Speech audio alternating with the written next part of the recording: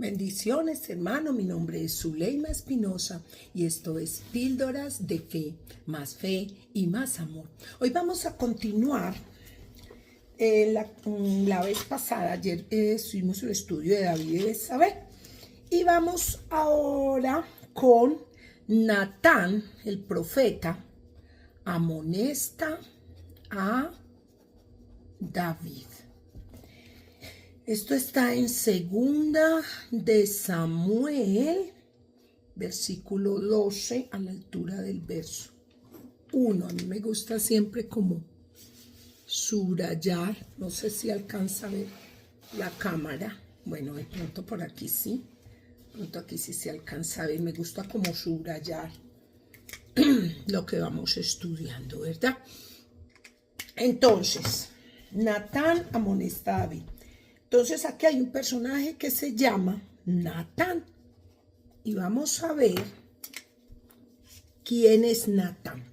Natán fue primero que todo nos dice que fue un mensajero de Dios.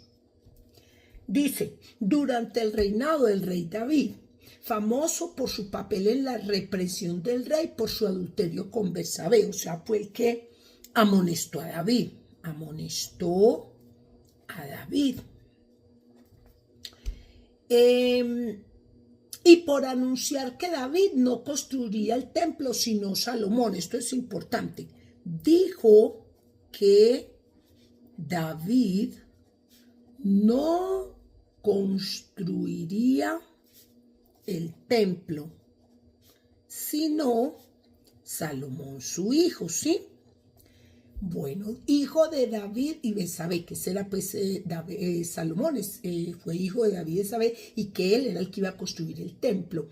Natán también es del antepasado de Jesús, según el Evangelio de San Lucas, y es considerado el autor de la historia de David. Entonces vamos a ver que es un posible autor de la historia de David. Fue un consejero del rey y se le confió la tarea de hablar a Dios en nombre de David. Se le confió la tarea de hablar a Dios en nombre de David, o sea que fue como un intercesor de David ante Dios. Mire, y tan raro, porque tuvo que utilizar ese intercesor porque él sabía todo lo que había hecho. Miremos lo de ayer, él sabe todo lo que había hecho. El acto pues más famoso nos dice aquí que fue la reprensión del rey David por su adulterio con Betsabé y el asesinato de Urías. Claro, no tenía cara para presentársele ante Dios. Es el autor de la historia de David, recogida en el Talmud. El Talmud es el libro de los judíos, y por otros afirma que Natán completó la escritura del libro de Samuel. Entonces, completó, y estamos viendo en 2 de Samuel, la escritura del libro de Samuel. Bueno, eso es lo que nos dice Natán. Vamos ahora a la palabra. Dice, Jehová envió a Natán a David. O sea que Natán fue enviado por Dios mismo. Y viniendo a él le dijo, entonces, había 2 hombres en una ciudad, el uno rico y el otro pobre. Entonces esto lo vamos a poner aquí como parábola. Esto es una parábola de Dios. Vamos a ver qué dice esta parábola, porque sabemos que en el Antiguo Testamento hablan mucho en parábolas. Dice, había 2 hombres. Entonces la parábola dice que había 2 hombres, que el uno era rico y que el otro era pobre. El rico tenía numerosas ovejas y vacas. Entonces acá habla de un hombre rico que tenía ovejas y vacas. Y habla de un hombre pobre, pero el pobre no tenía más que una sola corderita, una cordera tenía el pobre, que él había comprado y criado Entonces una cordera que él compró, que él crió y que había crecido con él y con sus hijos juntamente, comiendo de su bocado y bebiendo de su vaso y durmiendo en su seno, y la tenía como una hija. Pero esa cordera, la cordera, era de la familia, porque la tenía como hija, era de la familia, que comía, bebía con ella, ¿sí o no? Y vino un hombre y vino uno de camino al hombre rico. O sea que apareció un hombre. O sea que son 3 hombres. Había un hombre rico, un hombre pobre y un hombre que apareció, ¿verdad? Y vino uno de camino al hombre rico. Hubo un hombre que fue al hombre rico. Y este no quiso tomar de sus ovejas y de sus vacas. Fue al hombre rico, pero no tomó ovejas o vacas del rico para guisar para el caminante que ha venido a él, sino que tomó la oveja del hombre pobre. Entonces el hombre tomó la cordera del hombre pobre y la preparó para aquel que había venido a él. O sea, el hombre, había 2 hombres. El uno tenía ovejas y vacas, el otro tenía un cordero, una sola corderita, y la tenía ahí como un animal doméstico, porque dice que era parte de la familia, ¿verdad? Pero llegó un hombre, otro hombre, que iba por ahí por el camino, y dijo: no, yo no quiero estas ovejas y estas vacas que hay aquí, no, yo quiero es esta. Y esta fue la que cogió, la que era parte de la familia, habiendo tantas otras, ¿verdad? Habiendo el rico que tenía tanto. Entonces se encendió el furor de David en gran manera contra aquel hombre. Entonces ya vamos a poner aquí a David.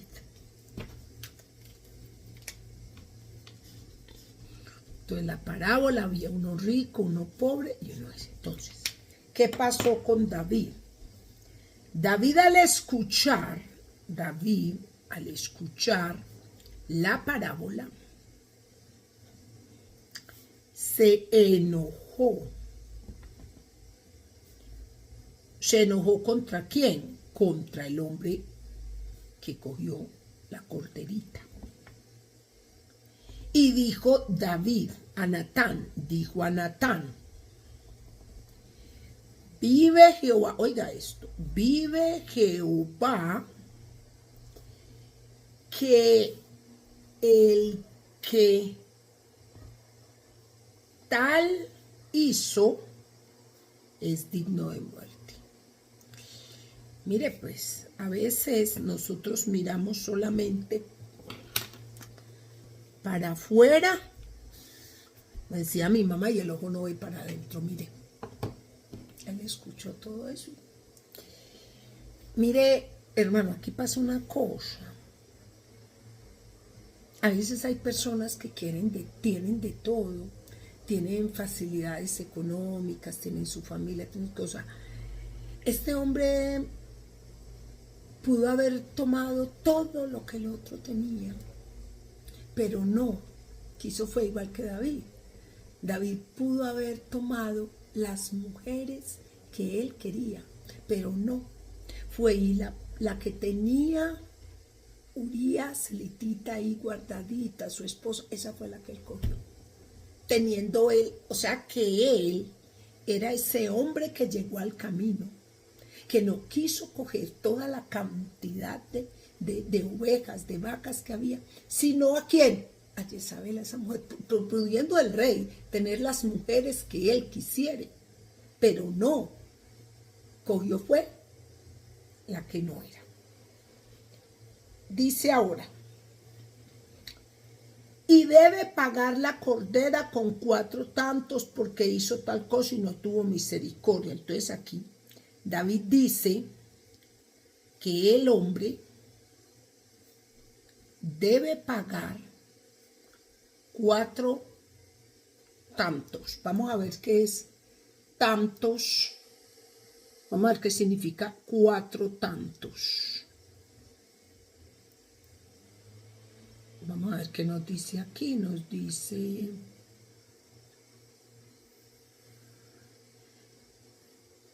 Es posible que tanto se refiera a una unidad de dinero como el tanto italiano y tantos tantos. Indique una cantidad de 4 de esas unidades.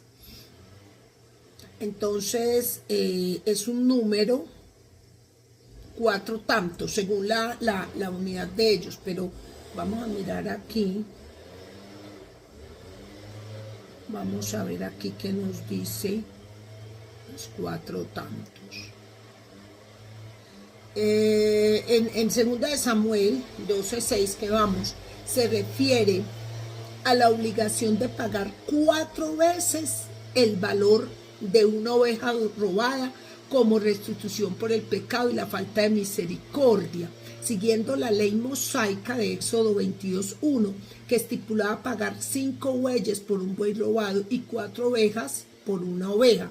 O sea que eso fue un robo. O sea que esto David lo tomó como un robo, porque él sabía la ley, y siguiendo la ley mosaica de Éxodo, cuando había un robo, había que pagar 4 ovejas por una oveja o 5 bueyes por un buey. Entonces, al decir aquí la expresión 4 tantos, sería por ser un robo, porque esto entonces fue considerado como un robo, debía pagar una cordera por 4 corderas. O sea que le debían de dar a él 4 corderas. Dice, porque hizo tal cosa y no tuvo misericordia. Entonces David, mira lo que dijo David.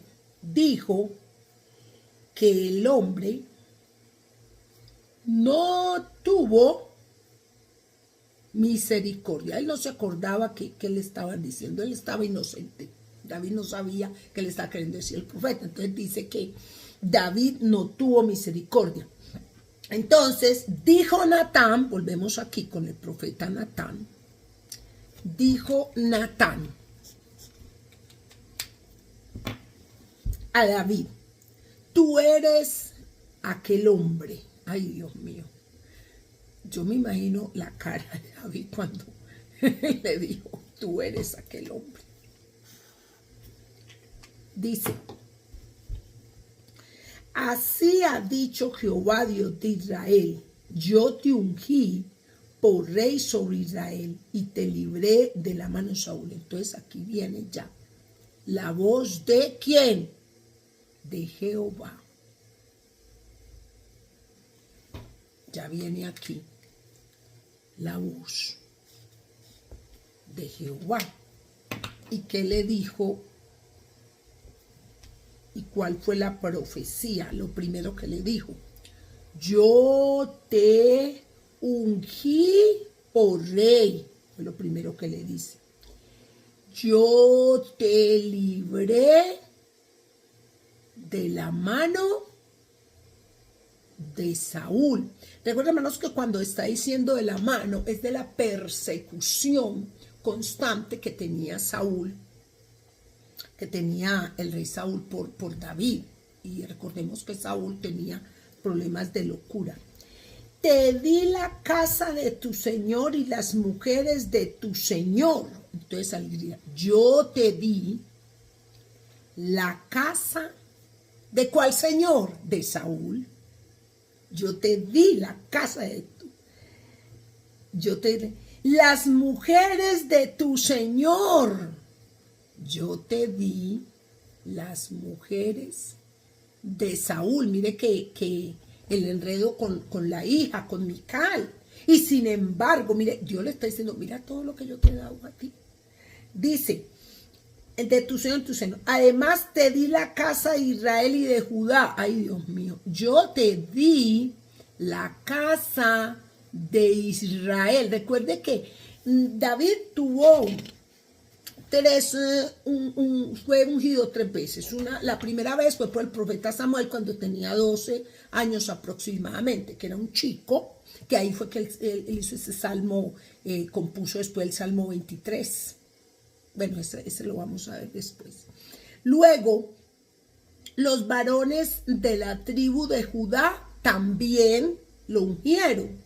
Y finalmente lo ungieron, hubo una unión de todas las tribus de Israel y todas las tribus de Israel lo ungieron. Entonces le dice, yo te di la casa de Israel y de Judá. Entonces yo te di la casa de Judá.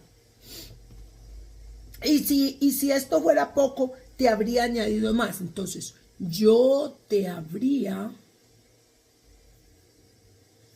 dado más.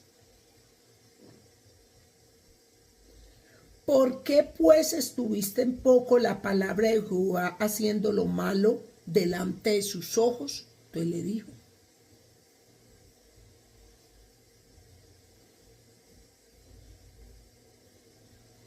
¿Por qué hiciste lo malo?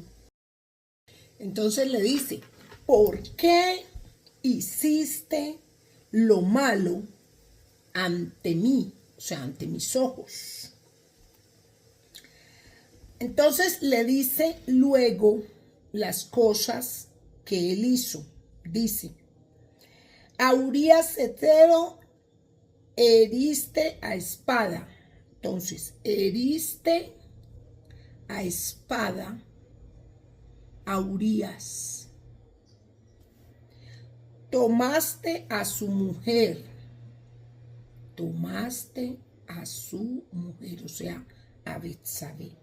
Y a él lo mataste con la espada de los hijos de Amón. Resulta, acuérdense que estaban en una guerra, ¿verdad? Y cuando estaban en esa guerra, que era contra los amonitas, que fueron enemigos perpetuos del pueblo de Israel, él se lo mandó, cuando mandó con él mismo la carta, Dios mío, ¿cómo él lo sabría? No sabía leer. Vea, vaya, lleve allá. Y resulta que era que Urías, en esa carta, estaba llevando su sentencia de muerte. Y él mismo se la entregó. Se la entregó al jefe de su estado allá. Se la entregó a Joab. Entonces, tomaste a su mujer y le hizo aquí, lo mataste. Y ojo, que no le dijo que lo engañó lo mataste con la espada de los amonitas. Dios mío. Por lo cual ahora, entonces aquí ya el Padre, Jehová, está dando una sentencia. Esto es una sentencia que se está yendo acá. ¿Qué dice la sentencia? No se apartará jamás la espada de tu casa. No, o sea que siempre iban a estar como en guerra. No se apartará la espada de tu casa. Le dice, por lo cual ahora no se apartará jamás de tu casa la espada, por cuanto me menospreciaste y tomaste. Entonces dice aquí, ¿por qué? Porque menospreció a Dios. ¿Y por qué menospreció a Dios? Porque eso no fue agradable para Dios. Y tomaste la mujer de Urías como tuya. Ahí fue. Esto fue una sentencia que igual. Así ha dicho Jehová, he aquí, yo haré levantar el mal sobre ti de tu misma casa, y tomaré tus mujeres delante de tus ojos, y las daré al prójimo, el cual yacerá con tus mujeres en la vista del sol, porque tú lo hiciste en secreto. Ay, Padre, mas yo haré esto delante de todo Israel a plena sol. Bueno, esa sentencia tiene una, ay padre, yo quería tener todo esto aquí juntico y no me va a caber. Esa sentencia tiene una consecuencia. Voy a escribir chiquito aquí para que me... Hay cosas que no me gusta que se me salgan. Entonces vamos a dividir aquí esto en dos pedacitos.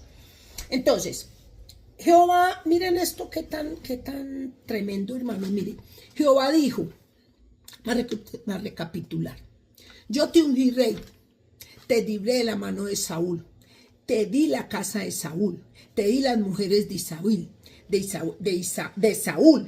di la casa de Israel, te di la casa de Judá y te habría dado más. Dios mío. Y eso que no le dijo que, mira, y las guerras que ganaste, las ganaste por mí.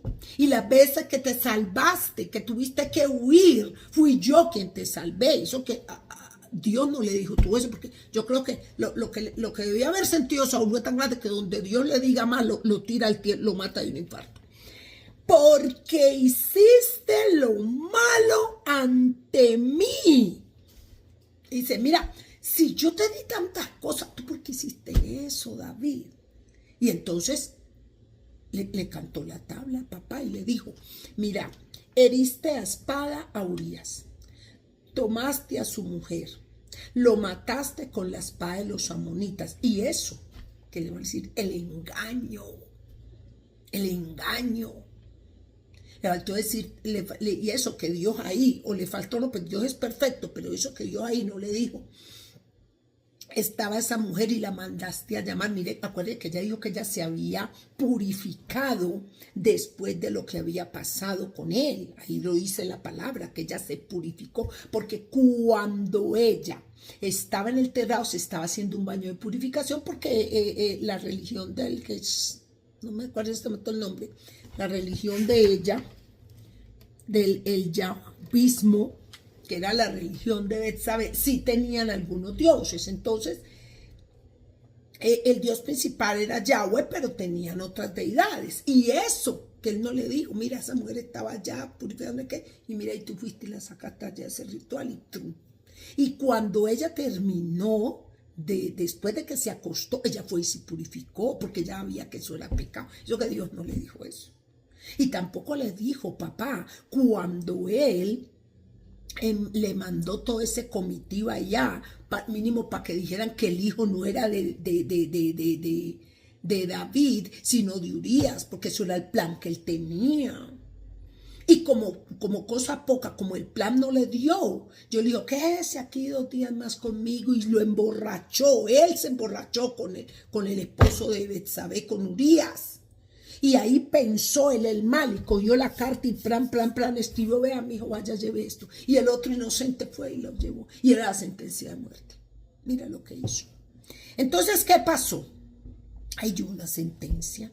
¿Y qué le dijo en la sentencia? Dijo, no se apartará la espada de tu casa. O sea, que la casa de David siempre iba a estar en guerra. Y le dijo, ¿por qué? Por el menosprecio a Dios, porque me menospreciaste, le dijo papá, y tomaste la mujer de Urías elitita como si fuera tu mujer. Esa fue la sentencia. Ahora bien, vamos a ver cuál fue la consecuencia. Dice, haré levantar el mal sobre ti de tu misma casa. O sea, levantaré el mal sobre ti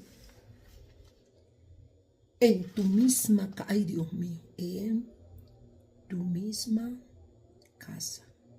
¿Y cuándo sucede esto? Cuando la violación de Tamar.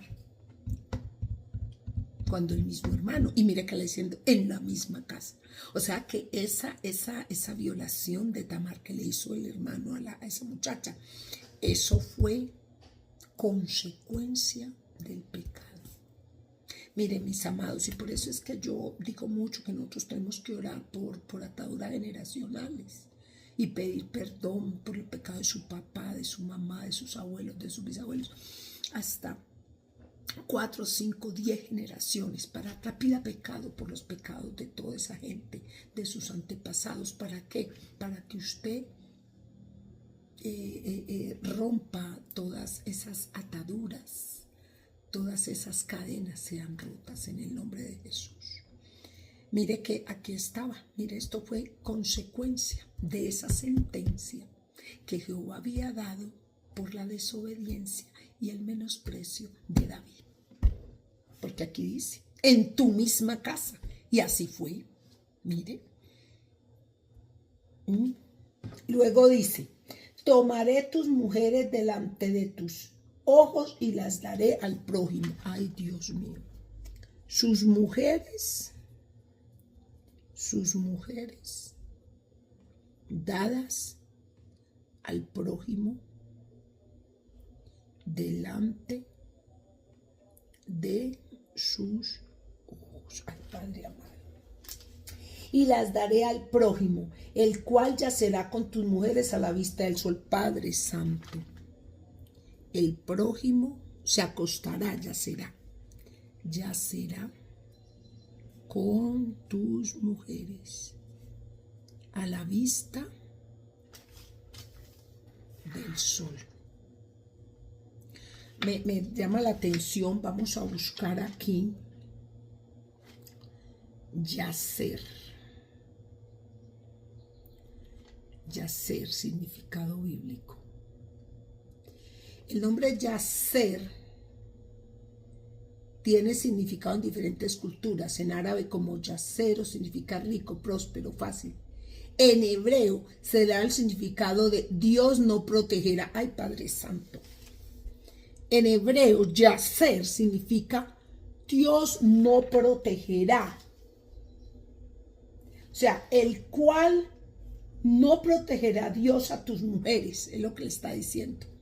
Dios no protegerá. Ay, Dios mío.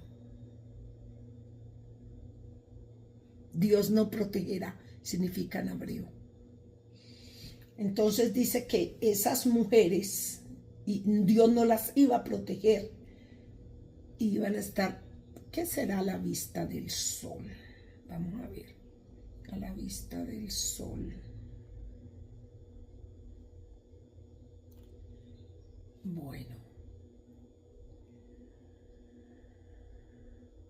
En el contexto bíblico, la frase a la vista del sol o debajo del sol se refiere a la perspectiva terrenal y humana que es finita y sujeta a las vanidades del mundo físico por encima del reino divina espiritual. Lo efímero y lo mundano. O sea que la cual ya será, o sea, Dios no las va a proteger a las mujeres de lo mundano. O sea, aquí a la vista del sol significa que va a ser efímero, mundano. O sea, a la vista del sol es así, algo mundano, algo efímero. ¿Sí? Se perciben las imperfecciones de las dificultades y las insatisfacciones, ya que no se tiene la visión completa de lo que realmente importa. O sea, vanidad. Ay, Señor. Esto es vanidad. O sea, él desde aquí, yacer significa no cuidado por Dios. Y a la vista del sol es la vanidad, lo efímero. Mira, mi hermano, a mí por eso me gusta hacer estos estudios así, mirar estas palabritas así, porque ahí es donde uno se da cuenta. Entonces aquí Dios está hablando que esas mujeres van a ser, entonces se dice que eran unas mujeres sencillas, pero aquí van a decir que ellas ya van a ser más creídas, más vanidosas, es lo que está diciendo aquí. Esto entre letras es lo que le está diciendo, porque si miramos la traducción, dice, entonces dice, porque lo que tú hiciste en decreto, entonces dijo aquí, lo que hiciste en secreto.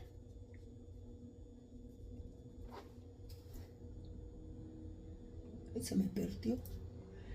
Yo haré esto delante de todo Israel y a pleno sol. Yo haré esto delante de Israel. Ay, Dios mío. De Israel y a pleno sol. Padre, oiga. Esto subrayémoslo aquí. Muy bien. Sigo. Entonces dijo David a Natán. Entonces dijo David, vuelve David aquí.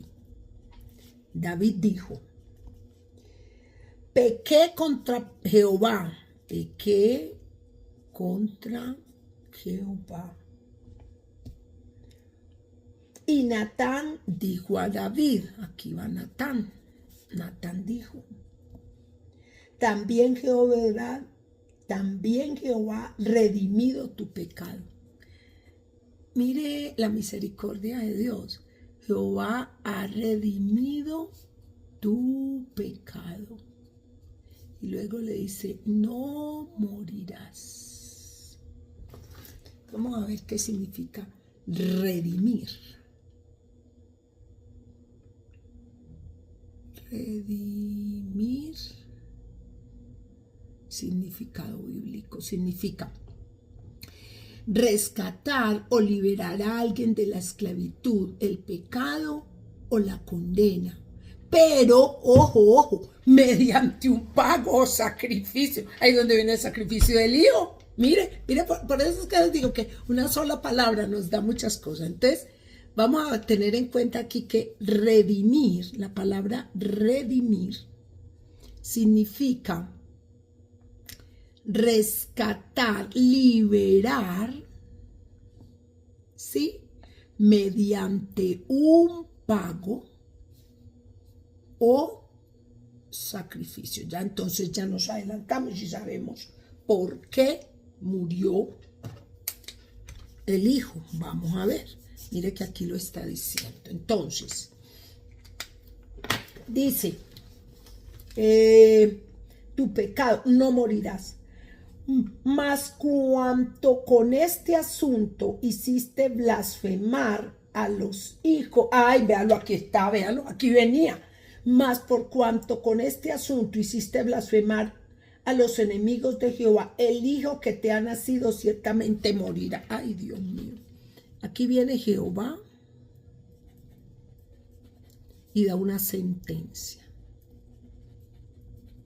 ¿Y cuál es la sentencia? El hijo que ha nacido, eso fue la redención, ciertamente morirá. O sea que ese fue el pago que David tuvo que pagar, sentencia, por haberse metido con Betsabé. Dios, eso fue, y para no morir, le mató al hijo. Ese hijo que ya venía, yo digo que, bueno, Dios es perfecto en lo que hace, porque ese muchacho fue fruto, porque ella la llevaron allá y la palabra no dice si fue violación, porque mire que ella después de eso se limpió, se purificó, fue porque ella se sintió inmunda. Falta ver si fue que la enamoró, fue que él la tomó a la fuerza, no sabemos. Entonces ese niño ya venía con eso. Y ya venía con esa atadura generacional de que David le había matado el esposo a la mamá. De que la mamá había sido tomada, no sabemos si por la fuerza, cómo fue. Es que es muy raro. Si una persona está en su casa y la manda a llamar el rey, resulta que el rey la manda a llamar para tener relaciones sexuales con ella. Ella de pronto ni conocía al rey, o si lo conocía estaba ahí esperando a su esposo. O sea, entonces ya ese niño venía con mucha atadura. Sí, ese niño tenía asesina. Bueno, ya él era fruto de engaño, de mentira, de poder, de fuerza, de todo eso. Entonces, Dios se lo llevó. Dice, entonces, más cuanto ese asunto hiciste blasfemar a los enemigos de Jehová, el hijo que te nació ciertamente. Entonces dice que hiciste blasfemar a los enemigos de Jehová. Vamos a detenernos aquí.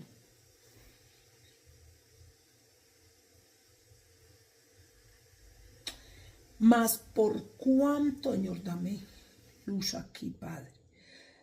Por cuanto con este asunto, con todo lo que él hizo decir mentiras a los enemigos de Jehová, el bendito Dios. O sea, fue de pronto todo lo que él hizo con el general del ejército. Y mire que le dijo, no, hicimos tal cosa mal hecha, pero se murió. Urias, muerto a partes. Para raíz, yo creo que se trata por ese lado. Dice, y Natán se volvió a su casa, y Jehová hirió al niño que la mujer de Urías había dado a David, y enfermó gravemente. Mire, aquí ya hubo un cumplimiento de la sentencia. Pero mire que el escritor dice ahí, dice, al niño que la mujer de Urías.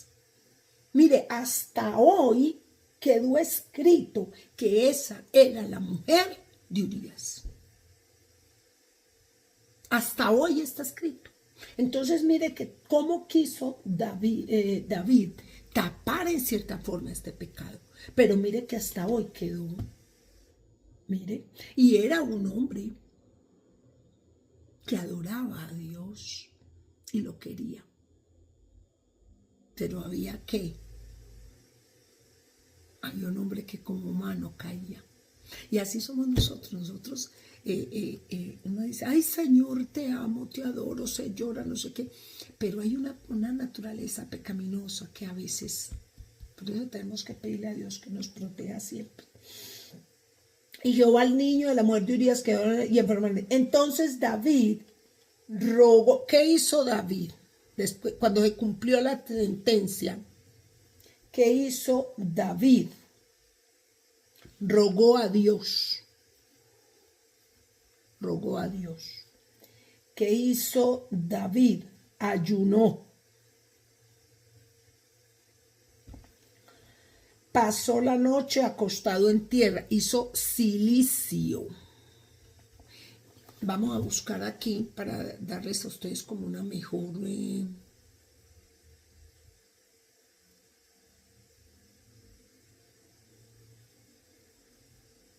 Cilicio. Dice, en el contexto bíblico, el cilicio es una tela áspera y tosca hecha a menudo de pelo de cabra que se usaba como símbolo visible de duelo, arrepentimiento, dolor y profunda humillación a Dios. Sí, poner a las personas que estaban como en cilicio, que estaban ahí, porque es que dormir en tierra, el pasar la noche acostado en tierra, era como un cilicio que le estaba haciendo, acostado en tierra. No durmió en cama, sino que de hecho hay personas que cuando quieren una purificación duermen en el piso, literal, duermen en el piso. Y esa incomodidad es ofrecida al Padre. Y se levantaron los ancianos de la casa y fueron a él para hacerlo levantar de tierra. Mas él no quiso ni comió pan con ellos. Y al séptimo día murió el niño. Su hijo murió al séptimo día.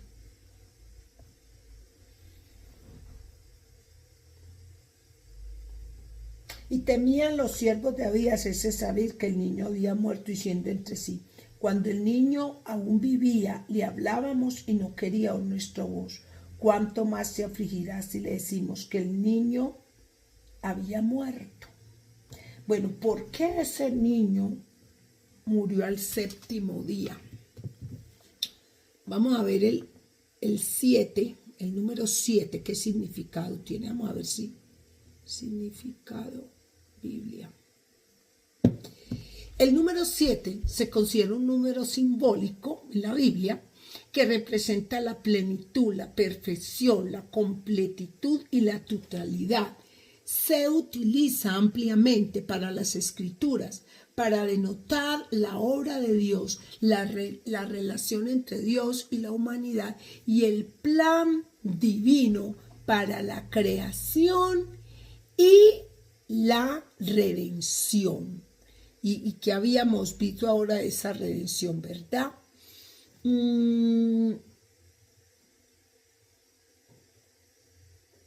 Hay muchas cosas aquí con el número 7 a lo largo de la Biblia, la completud, o sea, la culminación de los planes de Dios. Por eso murió en el día 7, aquí no lo está diciendo. Es una perfección divina y la culminación del plan de Dios. A los 7 días, Dios culminó esa sentencia. 7 días es la culminación de los planes. Vea, hay cosas en la Biblia, estimados, que usted la ve ahí una cosita pequeñita, un día, simplemente un día o algo, pero cuando usted empieza a escudriñar se da cuenta que tiene significado. O sea, los 7 días, Papá Dios culminó su sentencia, porque Dios ya había dado una sentencia y Él la cumplió a los 7 días. Y entonces estaban los empleados de David, los siervos, y decía, bueno, ¿y ahora cómo le vamos a decir a David, Dios mío? Si David no comía, si David estaba acostado en tierra, si David está rogando a Dios, está clamando, Dios mío, y el niño está vivo.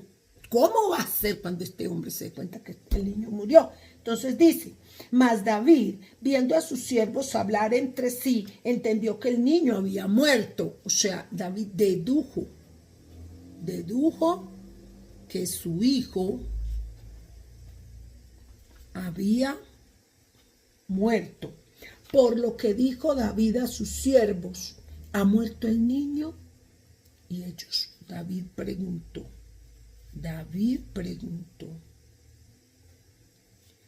¿ha muerto el niño? Y los siervos le dijeron, ha muerto. Entonces David se levantó de la tierra y se lavó y se ungió y cambió sus ropas y entró en la casa de Jehová y adoró. Después vino a su casa y pidió que le pusieran pan y comió. Bueno, vamos a ver qué pasó aquí. David hizo todo esto, rogó, ayunó, para que la sentencia no fuera cumplida, para que Dios tuviera misericordia. Pero Dios no le escuchó todo esto. Entonces, ahí él ya se dio cuenta que no. Pero después de la muerte del niño, después de cumplida la sentencia, David ya dejó todo ese silicio. Pero pasa una cosa. Acuérdense que por aquí hay otra sentencia. Cuando Jehová le habló. Y él le dijo que no se apartaría la espada de su casa. David ayunó por ese hijo. Pero cuando Dios cumplió esta sentencia, se le olvidó que él tenía una sentencia atrás, que es la que sucede después, y es que él hizo 2 sentencias contra David.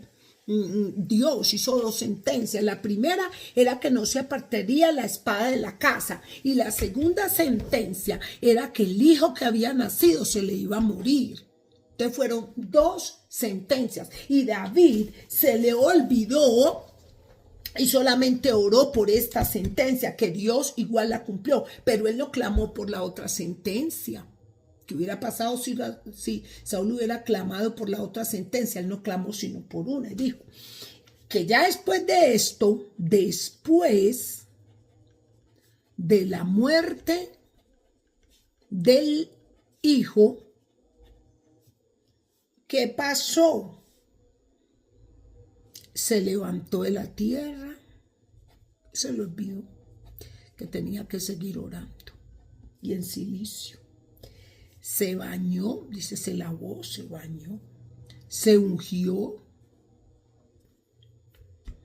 cambió las ropas, entró en la casa de Jehová. Imagínense, ni siquiera había ido, y él tenía su tabernáculo, su cosa ahí, y ni siquiera había ido allá. Estaba tan destrozado ese hombre Piria que ni siquiera había ido. Adoró, le dio gracias a Dios por todo.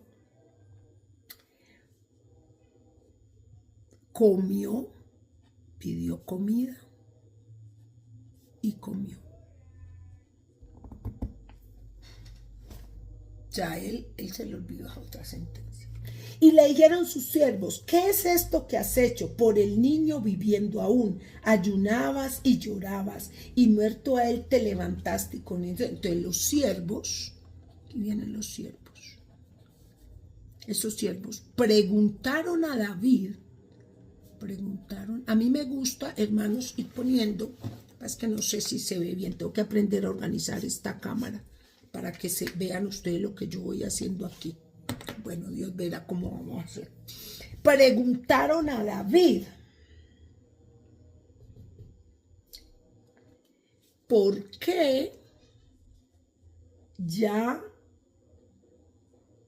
después de la muerte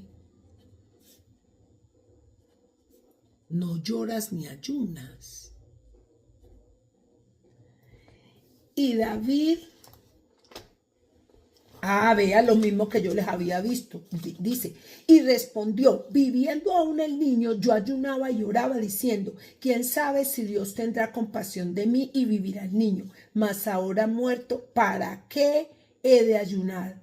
¿Podré yo hacerle volver yo a él, mas él no, yo voy a él, o sea, más cuando muera, mas él no volverá a mí? Se le olvidó la primera sentencia. O sea, él se centró en ese muchacho, en lo último que le dijo. Pero él se le olvidó lo primero que le dijo papá. Y lo primero que le dijo papá era que la espada no se iba a apartar de su casa. A David se le olvidó eso. Ay, bendito Dios, a David se le olvidó. Y consoló David a Betsabé. Consoló, que esta mujer fue víctima de todo eso. Consoló David a Betsabé, su mujer, y llegándose a ella, durmió con ella. O sea, sí, ya la mujer de él ya siguió. Y la consoló, y en medio de su consolación volvieron a su cosa y le dio a luz un hijo. Y llamó su nombre Salomón, al cual amó Jehová. Nace Salomón, a ese sí lo amó, al cual amó Jehová. Mire, la misericordia de él es tan grande que él pudo haber hecho, Dios pudo decir, bueno, no le voy a dar más hijos a Betsabé con David, ¿cierto? Pero en su misericordia, él le dio, después del hijo que se murió, le dio a Salomón. Ahí es donde vemos esa misericordia de Dios. Y envió un mensaje por medio de Natán el profeta. Y envió un mensaje, le envió un mensaje a Dios por medio de Natán el profeta. Así llamó su nombre Jedidías, a causa de Jehová. Vamos a ver quién es ese Jedidías en la Biblia. Jedidías en la Biblia. Jedidías o Jedidiac fue el nombre que el profeta Natán dio a Salomón, el segundo hijo del rey de David, para indicar que era amado por Dios. O sea que Jedidías significa amado por Dios, amado por Dios. Y fue el nombre que el profeta Natán le dio a Salomón. Amado de Yahweh. El nombre enfatizaba el amor y la favorabilidad de Dios hacia el futuro del rey y su descendencia. Este nombre fue una señal de bendición y aprobación divina para Salomón y su reinado, o sea que ya Dios aprobó. Pero mire, en sí ya entendí, todo este ruego, ayuno y silicio por este hijo, por el hijo que murió, ya eso no tuvo que ver porque ya Dios. Pero ese ayuno, ese silicio, ese ruego, sí tuvo efecto para limpiar y que Salomón fuese bendecido y aprobado por Dios. O sea que este ayuno, por eso es que dice que ninguna oración de Dios se queda sin respuesta. De pronto sí, ya él tenía su sentencia que no iba a ser, que no iba a que él, su hijo, el primogénito no de él, el primogénito de Betsabé iba a morir, pero tuvo misericordia y el segundo hijo que tuvieron sí fue aprobado. Entonces ahí es donde vemos que las oraciones de nosotros no quedan sin respuesta. Entonces ahí vamos ya por el capítulo 25. Entonces mañana vamos a ver David captura a Rabá. Esa la tenemos para mañana. Bendiciones. Mi nombre es Zuleima Espinosa. Estos son estudios bíblicos, más fe y más amor.